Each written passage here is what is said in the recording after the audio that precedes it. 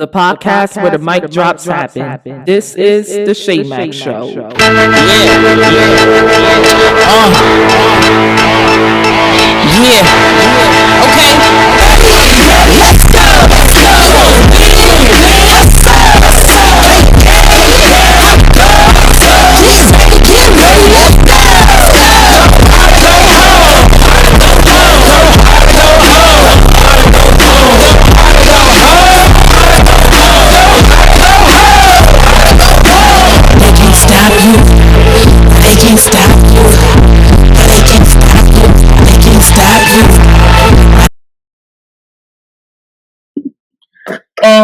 Welcome to the fifth episode of the SHAE Show.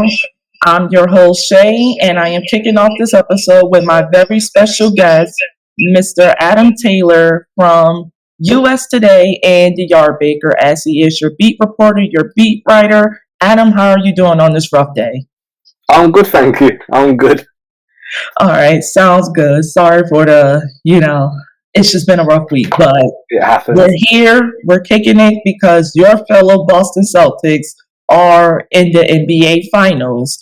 But before we get started on that, and before we get started on, other things about basketball, let's give the people what they want. A little more background about you, your journey in sports, and how everything got started from there. Yeah, I mean, I've been a basketball fan since 1994, so I'm old. Well, I'm in my 30s. I've been covering the Celtics for about, definitely feels old. I've been covering the Celtics, I think this is year 8, year 7, year 8, based out in the UK. I get over there when I can. Started off just writing on, little blogs, anywhere that people will let me write. And just worked my way up. So I was hosting a podcast for a minute on the Blue Wire. I've just recently relaunched everything on my own. So I'm back in the position you are now, just trying to build everything from zero again. But yeah, write for USA Today, SB Nation, YardBaker. I've got my own things going on. But yeah, just a big X's and O's guy. Yeah, so you said that you were, you just starting everything from the ground up. So what was it that motivated you to come back into sports? Yeah, I mean, I've always covered sports, but I did a lot of work for, you do podcasts for companies, you grow a following for them. And then I just got to a stage where I was like, hey, I kind of want to just control my own thing and know that, this company can tell me any day that, hey, we're kind of done, we're moving in a different direction, and everything I've built for the last 5 years is gone because they own it. Right. So I was just like, hey, over the last, I've built a bit of a social following over the last few years across a few different platforms. So I'm just going to try and use that and just start building for myself instead of building for others all the time.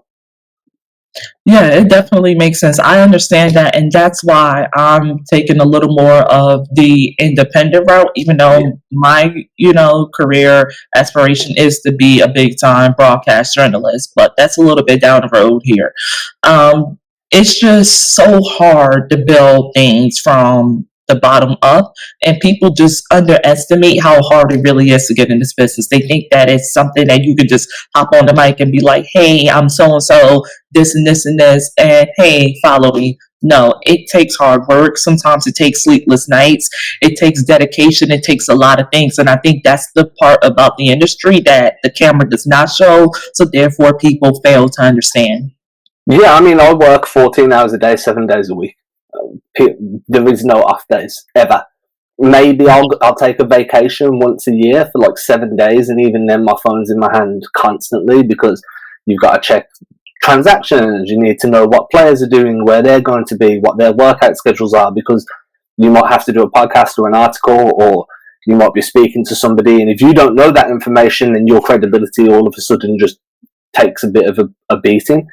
So yeah, it is tough. And then obviously building from scratch, you can have, and this is one thing that I think people really overlook, you can have a huge social media following, and it doesn't mean that you're going to automatically have a huge podcast or a really successful newsletter, because people follow people for different reasons. And that was when I started building the social following, that was something that I never really knew at the time. Like, hey, I've got 5,000 followers, now I've got 10,000, but only 100 people are tuning into a podcast, and it's like, damn, that's 0.1% of my followers. And now across socials, I'm at like nearly 30k across the board, and I'm still like, man, I'm not even getting 3k downloads on an episode, so it's less than 10%. And it's just the strategies you need to put in place and the grind. It's really overlooked. It's a mental battle. Yeah, it takes a lot of toll on your mental and your emotional health indefinitely, because sometimes you could let that get to you. Sometimes I let it get to me, especially in my past when I first started, because compared to many, I at one point had a big following. So a lot of people, you expect your followers to be your supporters all the way through. Sometimes it's not like that. Sometimes they follow you because they find you an attractive figure. Sometimes you're a funny figure. Sometimes, just for certain reasons. It can be for something that doesn't even have to do with your purpose of being on social media in the first place. And that's what people fail to understand as well. It's just a real tricky industry. And I think that's what the sports and the entertainment industry have in common. Because there's a lot of music artists who will come up here and will say the same thing that we're discussing and saying right now ourselves. Yeah, it's tough, and you never know how many people following you are following you to troll or to hate on you. Especially like being a guy from a completely different continent covering a sport thousands of miles away. The amount of DMs you get, like, you need to quit your shit. What do you know? And you just have to tune out all the noise, like, because the more people sending you those messages, the better you're doing, because you're making them feel like they need to reach out and discourage. So Yeah. you do need tunnel vision in a way. But you also need that plan, right? Like, I'm constantly reevaluating how I promote stuff, how I produce stuff, if the style of content I'm doing resonates with people. But you also need to be different to everybody else. I don't want to be another podcast like, is Kobe Bryant better than Michael Jordan? I really don't care. So I don't want to talk like that. You can keep that on that side. I want to do things a little bit more in depth. And some people will fuck with that. I don't know if I can curse or not, but some people will fuck with that. Some people won't. And you just need to try and find that little pocket of people, and then grow from that small pocket. And that's the hard part, is just figuring out where you fit into the mechanics of everything, and then hoping that you get a small enough circle that they start sharing your stuff, and then it gets bigger, like, organically. Definitely. You give the best advice. And honestly, I'm actually glad I started off with your background in sports and your social media followings and things like that, because you just motivated me to, not give a damn even more than I already stopped. So I would like to thank you for that. And it's a real, dope background in sports, how you got started, because people don't get how big the YardBaker and US Today really is. And they don't understand that these are networks that covers other leagues as well. So the fact that, you're a writer, a beat reporter for that, is amazing. And I just hope that you keep going, because the Boston Celtics will be something and a team to talk about for years to come. And I'm telling you this as a diehard Laker fan. So yeah. I like that. Like, how can I put it? I've been at, like, covering the Celtics was just natural to me. The team I've always followed. My best friend moved to LA about 18 years ago. He's a diehard Laker fan, so we're constantly in contact with each other, giving each other shit over that. But yeah, I mean, for me, it was never about getting big. It was never. Like, I started off doing this just because I needed something to do on an evening. Like, I don't really want to go out and drink. I'm not really one to party like that. Like, I was a young dad. I like to study, so I'm always doing a degree, or I'm doing a course, or trying to, like, do something where I can just continually build. So I need some in my spare time when I'm like, yo, what was it? And that's how it started. It was just, hey, I'm just going to go on Twitter and tweet about the Celtics. And then it slowly just snowballed into a point where it's like, this is my job now. Like, I do this every day. This is what pays my bills. It's what keeps the lights on. It's what puts clothes on my back, feeds the kid. So it was just like, I kind of got lucky and fell into it. And you need a bit of good luck along the way too, right? You need somebody to be like, hey, I know there's a job opening here. So then you go there. And then someone you work with there moves, and then they're like, hey, there's a job opening where I'm at, and it's a bit more money. So you bounce there, and then you kind of just start climbing the ladder that way. So you do need luck, but you just need to be cool at the same time. I mean, it's a little bit of both, in my opinion. I really do, because sometimes it would take like 5 years to get a good job. Sometimes it takes like 1 year. It only takes that one piece of work, or that one person to acknowledge and recognize your work, and then be like, hey, I think, hey, so and so, I think you will be a great fit for our company as a beat reporter or as a writer, staff writer, or, as a broadcast, a color analyst. Yeah. It takes that one person, and you don't never know who is watching you, even if they're not liking your stuff, even if they're not following you. You never know, because I got reached out a couple of times by some sports personalities who end up following me because it was like, hey, we've been following you for a while. We just want you to keep going. There's going to be some great jobs that I think you're a good fit in. I got recommendation for a couple of sports writing jobs not too long ago that I just have to wrap up my applications and things for. So you never know. So the ultimate advice for me personally would be to keep going. So what would be your advice for them before we move on? Yeah, don't watch what other people are doing. And this is an easy trap to fall into. I fall into it too. Like, as you said, it might take one person 5 years to get where they need to be, or to get to even where they see as the starting point. And then somebody else might come along and do that same pathway in 6 months. And it's very easy to be like, oh, well, they did this in 6 months and I've been doing this for so long and and like, that's their journey, right? Like, you don't have control over their journey. The only journey you have control over is your journey. So don't watch what other people are doing. Everybody grows and develops at their own pace. And, just because somebody else popped early doesn't mean that you're not going to pop. It just might take a little bit longer for people to realize what value you bring. Yeah, you know what, that was great advice. That's great motivation, because people don't realize how good of a step they're in. There's always going to be that one person who's going to be a step ahead of you, as you will be. It will always be that one person that you will always be a step ahead of. And I didn't realize how many people I was ahead of that are much older than me until I really started doing this and started seeing myself like, okay, this is just like the entertainment industry. It's part of the food chain. So, you have to find out where you are in the pecking order and realize where you want to be versus where you don't want to be. And you have to work according to that.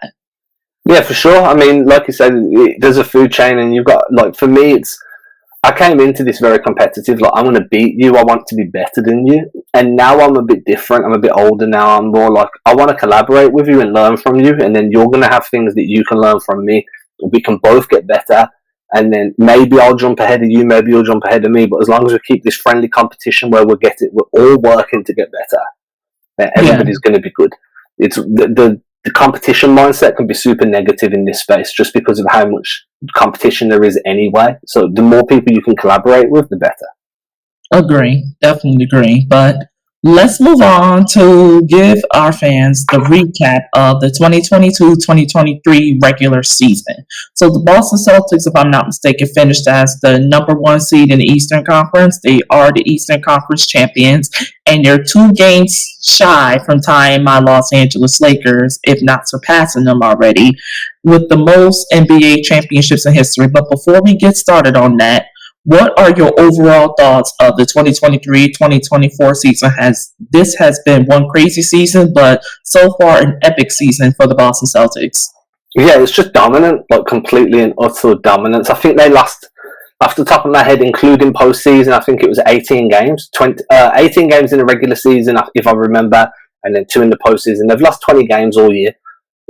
They've just absolutely dominated on both sides of the floor. They've had some tough stretches in terms of, hey, we have to figure out what type of team we want to be in the clutch. We have to figure out what type of team we want to be closing out quarters or opening quarters. But overall, there hasn't been a team as good as them on both sides of the floor all season. And that goes to what they did during the summer. It goes to the coaching that's been there, the new coaching staff that were added during the offseason as well. They've just been the best team by record, by offense. They were the second best defense, first best offense, first in net rating. They've just been dominant across the board. Yeah, I gotta agree with you, and it hurts as a Laker fan to watch, but as you know, as a sports fan, it's great to see, because the Celtics has always been a historic franchise, and they, just like the Lakers, and this is one thing they had in common, is that the standard is to win all or win nothing. Yeah. Go hard or go home, mentality. And I think guys like Jason Tatum and Jaylen Brown and others have embrace that opportunity to a point that they're hungry. They're tired of coming up short. This ain't the first time they're here. And as a Laker fan, I can easily say this won't be the last because for some reason the Celtics finds great coaches. And I say this before, I'll say it again, and I think this goes in all phases of sports that a great team is always followed by a great coach, or a great coach is followed by a great team. But either way, you don't have a great team without great coaches because the coaches come up with the schemes, the coaches come up with the game plans, things of that nature to put their players in perfect position to succeed using their strongest abilities. And I think that's the one thing your coach has done better than any coach in the Eastern Conference this entire year. It's just that right there. And it shows offensively and it shows defensively on both sides of the ball. Yeah, and it's crazy because everybody hated him last year. Like, nobody wanted him there. He was in a tough position where you had Ime Udoka. Udoka did what he did, loses his position in the organisation. Joe Mazzulla kind of gets thrust in there, I think, 2 or 3 days before training camp. Has to build an offense and defense on the fly from nowhere. And nobody liked him. Everybody thought he was too combative with the media. They didn't like the amount of perimeter shots the team was taking. Everyone felt like he was just trying to mimic what you saw from the Golden State Warriors. And then he was under a bit of pressure. Like, you're losing the Eastern Conference Finals in Game 7 against the Miami Heat a year after going to the NBA Finals by beating the Miami Heat. So everyone's comparing what he did to what Ime Udoka did. So coming into this year, Mazzulla was under a lot of pressure himself just to prove that he was capable of coaching this team. And now, obviously, everybody loves him. His personality's kind of shone through. The system he implemented has been fantastic on both sides. And now they're 2 games away from winning a chip. So it's just crazy how much can change in a year and how much perception can change in that year compared to where your job security was to where it is now, to how the crowd feels about you, the city, the organisation. It's just all good coming out of Mazzulla at the moment. Yeah, definitely agree. But obviously, we got to keep the show going. So we're just gonna start off with a recap of Game 1, and Game 2 of the NBA Finals because this has been historic. Celtics basically, in my opinion, dominated both games. They showed you why home field advantage matters, and the Mavs put up a good fight Game 2, but Game 1 was just pure domination. And the Celtics showed that they're just the better team overall. With that being said, what is your overall thoughts on both Game 1 and Game 2 of the NBA Finals, and how do you think that can affect Game 3 and Game 4 in the rest of the series? Yeah, I mean, the Celtics have taken away the Mavericks' 2 best weapons, which is the lob, the late lob specifically with Luka throwing it up to like a rolling Daniel Gafford or a Kleber or whoever, and they've taken away their corner 3-point game. So all of a sudden now Dallas is having to try and figure out where to generate their offense from against a team that doesn't send 2 to the ball. So Luka Doncic isn't getting as many doubles as what he did against the Timberwolves or against any team he faced during the postseason. And that makes it really hard to find an open man to create advantages on offense. And the Mavericks are finding themselves kind of really clawing and fighting for every possession. So that screwed them up on offense. And then on defense, it's been similar. The Celtics are sending multiple guys into the paint. They're forcing collapses, kicking the ball out, driving again, forcing rotations until gaps open up. And then they're just hitting their shots at a decent clip. Even in Game 2, where the Celtics shot like crap from the perimeter, they still managed to find ways to score on the interior, putting Smalls in the inverted dunker spot, bringing Kyrie Irving to be a rim protector. So you're dragging Gafford away from the rim, putting Kyrie there. It's just so much easier to score because of the size difference. They're just outthinking the Mavericks. I think they're a deeper team, a more talented team. Obviously, Luka's the best talent in the series. But beyond that, it goes Luka, then it goes Tatum, Brown, Drew. Maybe you go Tatum, Brown, Kyrie, then Drew, Derek. And it's just the depth chart and the way the Celtics play is just... The Mavericks haven't had an answer to them on either side of the floor so far. Yeah, and that's exactly what I read, especially in Game 1, because I did not think we would see domination like that from either team the way I saw it. And then I'm like, okay, Game 2, the Mavericks might pull it off based off of what we saw. But we mentioned how the Mavericks can be a second half team or dominant team heading into late quarters. And I think what happened Game 2 basically was that the Celtics matched them. because they were down, they were behind. And Boston fans were, not worried, but worried because they knew what their team was capable of, but they also knew the team that they were playing, who some people would argue will be capable of the same exact thing. And then when I saw that, I'm like, okay, we might, if you are rooting for the Mavs, you might be in some huge trouble here, because this is a Boston Celtics team I've not seen since the early 2000s, when they were playing against the Lakers in the NBA Finals, winning the one they won and both lost. So it's just like, when we see this, when we're getting those vibes, 9 times out of 10, we know what's coming in Boston. And as a Laker fan, it ain't good news. But as a Celtic fan, you might just be getting your championship parade ready. Yeah, I mean, for me, there's 2 more games. They go on the road for 2 games now, games 3 and 4. If the Celtics split that, like, just to put this into context, Boston hasn't lost on the road all postseason. So they're undefeated on the road throughout the playoffs. If they split this series, these next 2 games, one apiece, they're in complete control of this series. They go back to Boston for Game 5. It's probably a gentleman's sweep at that point. I don't see them winning both games on the road. I do think that we're due a Luka game, or at least a Kyrie game, or one of the two where they just will their team to a win. But I definitely feel like I don't think the Celtics lose 2 on a row. They haven't lost more than 2 in a row all season. That's been their limit. You lose 2, you bounce back with a win. So I don't see it happening. I see it being split, one apiece, going back to Boston, 3-1 down. And at that point, no team in history is going to bounce back, really. So you do kind of look at it then and be like, okay, the Celtics are going to close this out in 5 or 6. It's just too many weapons that the Mavericks just don't have the defensive pieces to deal with. Yeah, and the Mavs are just a team that's coming together. And I said it before, and I'll say it again. Regardless of the results, this ain't the first Dallas Mavericks NBA Finals appearance. And as long as Kyrie and Luka, as that duo, stays in Dallas, then it won't be the last. And you know what? It's vice versa with Jason Tatum and Jaylen Brown, who is an incredible duo. But we're speaking on them, so let's just roll the dice here, and let's just give our overall thoughts on the Tatum and Brown duo, because it's clear as day that, to me, they're a top 3, top 5 at worst duo in the NBA. So what are your overall thoughts? What are your strengths and weaknesses when it comes to these two? Yeah, I mean, they're mad disrespected. I feel like that's the first thing you have to point out. If you look at Tatum, he's one of the most complete forwards in the NBA, just in terms of overall skill set. High-level rebounder, high-level defender, elite playmaker, can score 50 at any given point.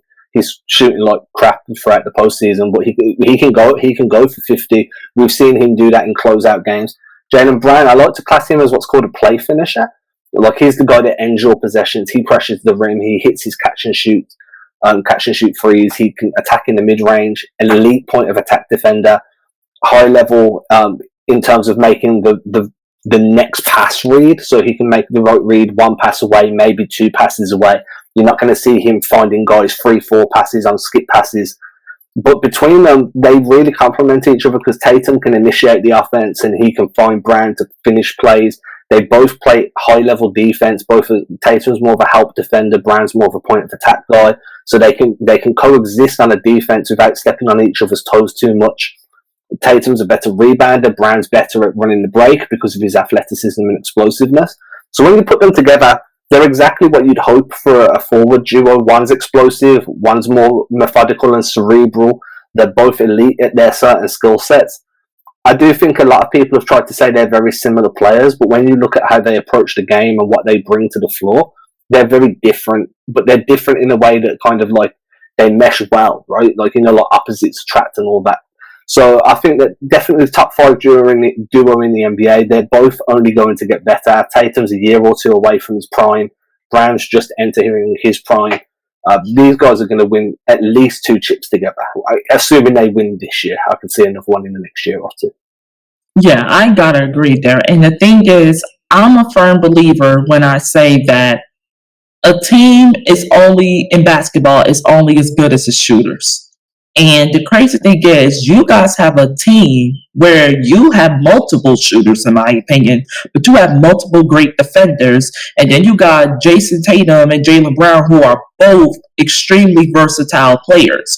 And that's what makes them such an iconic duo, a great duo to me. And that's why I say they're top 3, because it's so much versatility coming from both sides of that duo.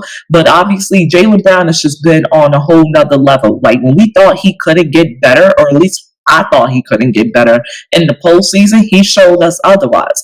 He just said, "Don't believe me, just watch. There's more to see." And all he has done is give us more and more as the series goes on. Yeah, I mean, both of these guys are hungry as hell. Brown has always been cast as the second guy on that rotation behind Tatum. Tatum has always been cast as a guy that chokes in big moments. That's just been the narrative that's thrown at him. Even in game 2, where he just completely dismantled Dallas with his playmaking, the narrative wasn't how well he was as a playmaker, it was how bad he was scoring the ball. Everyone wants to focus on the negatives rather than the positives. And Brown has just consistently grew in this role, and now he's getting a chance to be the featured guy within the offense because Tatum's role isn't that. And it's his time to shine, and I feel like he's really embracing that because he's had to navigate so many negative narratives about himself and about his place within the team and what he can't do rather than what he can do, that now he's getting this opportunity to shine on the biggest stage possible. Like, he's just taking the balls by the horns and really balling out. And like, you love to see that. And Celtics fans have watched these two guys grow since they were rookies. We've seen them struggle. We know Jaylen Brown had an opportunity in Game 7 of the conference finals last year. Tatum gets injured. All eyes are on Brown, and he chokes. And that hasn't sat right with him because he's been a different guy this year. So, no, it's great to see both of them thriving, but I'm really happy that Brown's getting this opportunity to be like, yeah, I can be that guy. Like, whenever I need to be, I can be that guy. Yeah, and the thing is, he was that guy even when the team didn't. But I think guys like Stephen A. said it best when they said that if Jaylen Brown continues to play the way he plays, this series ain't going, above 5 or beyond game 5. And it's real hard to argue with that because it seems like defensively the Mavericks don't have enough answers for both Jaylen Tatum and, Jason Tatum, correct me, and Jaylen Brown. And it's just, if you don't have answers for them alone, you're in trouble. Then you have White, then you have Alford. You got all these other guys behind them. And I think the Celtics, what also makes Jaylen Brown and Jason Tatum more capable of playing, the way that they are, playing up to their abilities, is the great bench that the Celtics has. And it's deep.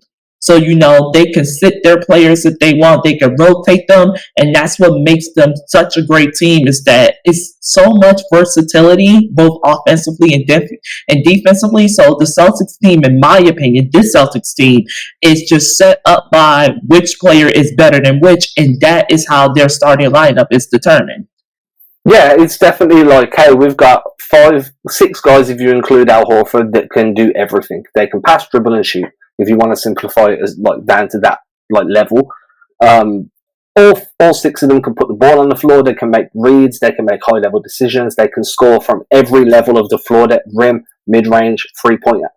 They can defend on multiple positions. Everyone can switch. Drew can guard 1 through 4.5. I wouldn't say he can guard. Very few players can guard 1 through 5. Drew might be in that range. Derek White 1 through 4. Maybe you put him on a 5 as a cross match. Tatum and Brown can guard multiple positions. Horford can guard multiple positions. Porzingis is one of the best rim protectors in the NBA. And then you have 2 elite snipers in Sam Hauser and Peyton Pritchard. And Luke Cornett is one of the better third-string big men in the NBA. So just their entire roster construction has been designed to give them a multifaceted approach where they can switch. They're very dynamic on both sides of the floor, and that just makes them so difficult to contain on either end. And teams are really struggling, and Dallas is just the latest team that doesn't have the answer to the puzzle in front of them. Yeah, gotta agree. Obviously, it's gonna be a hell of a game 3 and game 4, and let's get to game 5. I'm trying to see who's gonna win it. Is the Mavericks gonna come back, from a 2-0 deficit, or is the Celtics gonna go for the sweep, or they're just gonna bring the series back home and finish it off? Obviously, it's gonna be a lot to see. But before I let you go, Adam, let's roll into here. What would be your expectations, and what do you expect heading into game 5 of this series? So back in Boston next week. Yes. Okay, so assuming that it goes past 4, which it should, I'm assuming Boston go back to the TD Garden with a 3-1 lead, and they just wrap it up at that point. So it's game 3 tomorrow, game 4 over the weekend, so game 5 will be early next week. I'm assuming if the Celtics do what they're meant to do and split this series one apiece, split the next 2 games on the road, they go back and just close it out in Boston. I don't see Dallas being down 3-1 in the TD Garden, where they can raise their first banner since 2008. It's been 16 years of trying and failing. If the Celtics win one of these next 2 games, they're going to game 5 ready for the kill. And I think that's the best version of Boston you see. Yep, I gotta agree. But like I said, it's gonna be a great series, and may the best team win. But Adam, that's all I have for you on this episode. Once again, thank you for joining me on this chaotic day, and good luck to your fellow Celtics. Good luck to the Dallas Mavericks. This is your host SHAE signing out, and this has been the SHAE Mac Show. Appreciate you. Thank you. Thank you for tuning in to the very first episode of the SHAE Mac Show. This is your host SHAE signing out. Click the follow and subscribe button now for more episodes and to get updates on the show. To view more content from the show, give us a follow on your favorite platforms such as Facebook, Instagram, Twitter, TikTok, and much more, all at the SHAE Mac Show. And you can give me, your host, a follow on those same platforms at SHAE Mac Sports.